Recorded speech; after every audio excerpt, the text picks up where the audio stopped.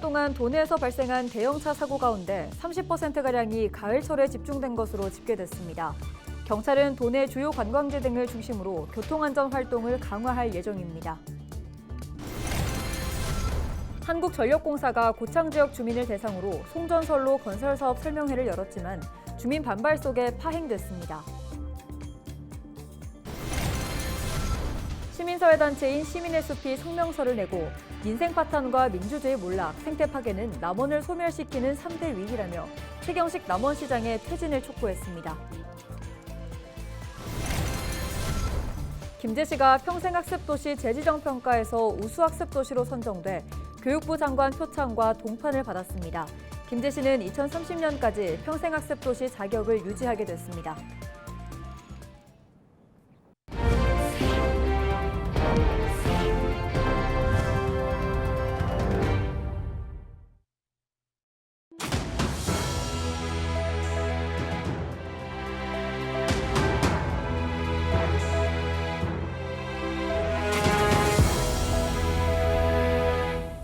시청자 여러분 안녕하십니까? 헬로티비 전북뉴스입니다. 최근 3년간 도내에서 발생한 대형차 사고 중 30%가량이 가을철에 집중된 것으로 집계됐습니다. 경북경찰청은 2021년부터 지난해까지 승합차 교통사고는 30%, 화물차 교통사고는 28%가 가을철에 발생했다고 분석했습니다. 또 단풍철 대형버스 이용이 늘 것으로 보고 주요 관광지 주변과 고속도로 진출입로를 중심으로 음주 단속을 하는 등 안전활동을 강화할 방침입니다. 이와 함께 경찰은 지난 9월부터 이달 10일까지 대형버스 안전거리 미확보와 같은 고위험 법규 위반에 대해 183건을 단속했다고 전했습니다. 한국전력공사가 11일 고창 주민을 대상으로 신장선과 신정읍 변전소를 잇는 송전선로 건설 사업 설명회를 열었습니다. 주민 반발로 설명회는 개최 30여 분 만에 파행으로 끝났습니다. 이나라 기자입니다. 고창 청소년 수련관에 신장선과 신정읍을 잇는 송전선로 건설 설명회가 열렸습니다. 34만 5천 볼트 규모의 송전선로를 건설하겠다는 건데 불만이 터져 나옵니다. 이미 결정이 나는 거 가지고 설명을 할 필요 없지. 우리 고창군에는 지나가지 말고 장성 이러고 저거보고 막 그냥 직선으로 가라 이거요. 고창 주민들은 어떤 경우라도 송전탑 설치는 반대하고 있습니다. 이미 고창 방장산에 200개가 넘는 송전탑으로 고통받고 있기 때문입니다. 설명회 진행 여부를 주민들에게 물어야 한다는 목소리가 나오자 한국전력공사는 고창군 입지선정위원회의 요청으로 사업 설명회를 열었다고 밝혔습니다. 설명의 실정만을 위해서 이거 하는 건 아니고요. 고창군 그 입지선정위원회 위원님들께서 굉장히 지금 현재 고창군 자체가 송전선로에 대해서 이제 거부감이 많고 그래서 이런 설명회를 통해서 국민 여러분들께 많이 알리고 난 결국 설명회가 시작된 지 30여 분 만에 주민 모두가 회의장을 빠져나갔습니다. 주민들은 사업 설명회에 앞서 결의대회를 열고 송전탑 건설을 반대하는 이유를 밝혔습니다. 수도권으로 전기를 보내기 위해 지방에 송전탑을 세우는 것은 일방적인 희생만 강요한다는 겁니다. 특히 고창군은 유네스코 생물권 보존 지역이라며 송전탑이 생기면 누가 고창에 오겠냐고 목소리 높였습니다. 소중한 생물권 보존 지역을 후손들에게 온전히 전해야 할 천부를 지닌 고창 국민으로 이를 훼손하려는 한전의 송전선로 건설 사업을 결코 용납할 수 없다. 한전은 아직 송전선로 노선이 확정되지 않았다고 밝혔지만 주민들은 송전탑이 추가되면 피해가 가중될 것이라며 우려하고 있습니다.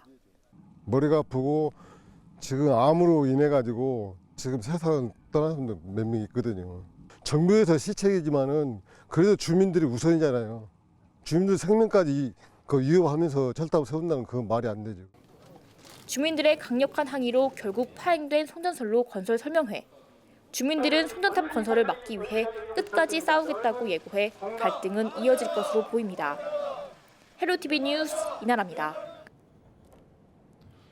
남원 지역 시민사회단체인 시민의 숲이 11일 성명서를 내고 민생 파탄과 민주주의의 몰락, 생태 파괴는 남원을 소멸시키는 3대 위기라며 최경식 남원시장의 퇴진을 촉구했습니다.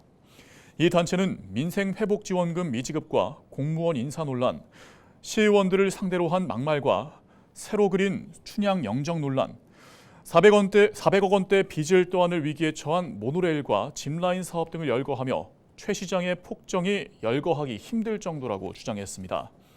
그러면서 최 시장의 독단과 무능, 오만은 참을 수 없는 남원의 짐이라며 최 시장에 맞서 끝까지 투쟁하겠다고 선언했습니다. 김제시가 평생학습도시로 재지정됐습니다. 김제시는 교육부의 올해 평생학습도시 재지정 평가에서 우수학습도시로 선정돼 교육부 장관 표창과 동판을 받았습니다. 2021년 재지정에 이어 올해 우수학습도시로 선정되면서 2030년까지 평생학습도시 자격을 유지하게 됐습니다. 정성주 김제시장의 인터뷰 직접 들어보시죠. 다양한 학습 콘텐츠를 개발해서 시민 누구나 평생 교육을 통한 배움의 기쁨을 누리고 배움의 일상이 되는 평생학습 도시로 조성해 나가겠습니다. 김제시는 이번 평가에서 현장 중심의 체계적인 발전 계획 수립과 교육 인프라 확충 부문에서 높은 평가를 받은 것으로 알려졌습니다. 산업통상자원부가 주관하는 내년도 신재생에너지 융복합 지원 공모 사업에 남원시가 선정돼 국비 13억 원을 지원받게 됐습니다. 도내에서 유일하게 최우수 등급을 받은 남원시는 내년부터 총 사업비 28억 원을 들여 주생과 금지, 대강면 일원 300여 곳에 신재생에너지 설비 보급을 지원할 예정입니다. 남원시 관계자의 설명 직접 들어보시죠. 신재생에너지 보급 사업을 지속적으로 확대하여 지역 주민들의 에너지 비용 절감 혜택과 탄소 중립 실천에 적극 앞장서겠습니다. 신재생에너지 융복합 지원은 신재생에너지 설치를 지원하는 보조 사업으로 일반 주택에 태양광 설비를 설치하면 월 전기요금을 4만 원에서 5만 원까지 아낄 수 있습니다.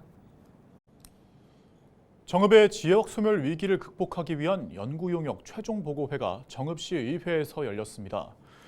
정읍시 의원 연구단체인 정읍시 지방소멸대응정책연구회는 지난 4일 보고회를 열어 최종 결과물에 대해 듣고 지역 특성에 맞는 수립 방안을 최종 정리하는 시간을 가졌습니다. 연구단체 대표인 고성환 의원은 이번 연구를 통해 정읍만의 차별화된 대응 전략이 마련될 수 있도록 최선을 다하겠다고 말했습니다.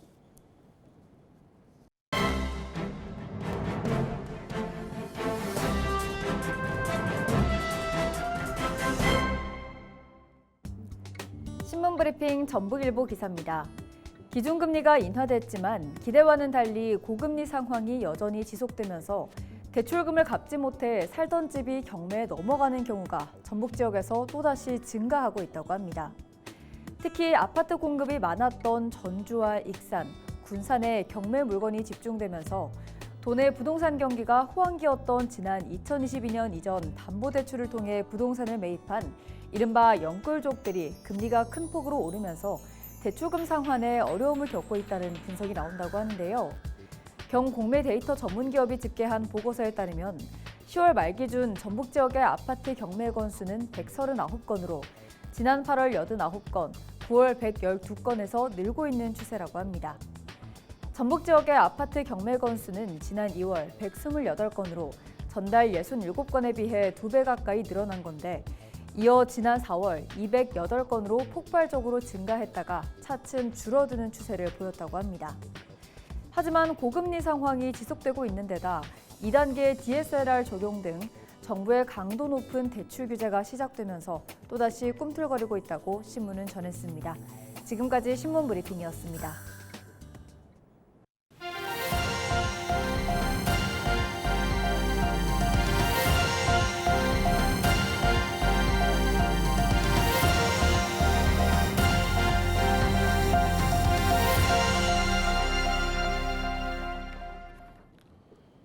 전북특별자치도는 10조 6,900억 원 규모의 내년도 본예산을 편성했습니다. 전북도는 올해보다 7천억 원 증가한 규모의 예산을 편성해 도의회에 제출한다고 8일 밝혔습니다. 예산안은 전북경제의 생태계 전환과 미래 성장기업 유치, 농어민 행복 실현, 도민 안전 강화에 중점을 두고 편성됐습니다. 예산안은 11일 도의회에 제출됩니다. 2024년 김제시 일자리 박람회가 지난 6일 김제시 실내체육관에서 열렸습니다. 이번 박람회에는 42개 구인 업체가 참여해 현장 면접과 채용, 또 자기소개서 작성과 면접 요령 지도 등 취업 지원에 나섰습니다. 특히 이번 박람회에서는 전북특별자치도 경제통상진흥원과 전북식품산업일자리센터 등 도내 일자리 관련 기관들이 참여해 취업 지원과 함께 다양한 지원 사업에 대해 안내했습니다. 제13회 김제시 농업인의 날 행사가 11일 김제시 실내체육관 앞마당에서 열렸습니다. 농업은 똑소리 나게, 농촌은 풍요롭게를 주제로 열린 행사에서는 읍면동 우수농업인 19명과 단체활동 우수농업인 8명에게 상이 주어졌습니다. 또 지역 농특산물과 토종 씨앗 전시, 읍면동 특화음식과 농산물 가공기술 활용센터 시제품 행사 등 부대 행사도 알차게 마련됐습니다. 부안군이 11일 청소년들이 소통하고 각종 활동을 할 수 있는 마실 커뮤니티 하우스와 나래 청소년 수련관 기공식을 열었습니다. 마실 커뮤니티 하우스는 농림축산식품부 공모사업으로 총 150억 원을 투입해 문화체육 활동을 할 수 있는 공간으로 조성될 계획입니다.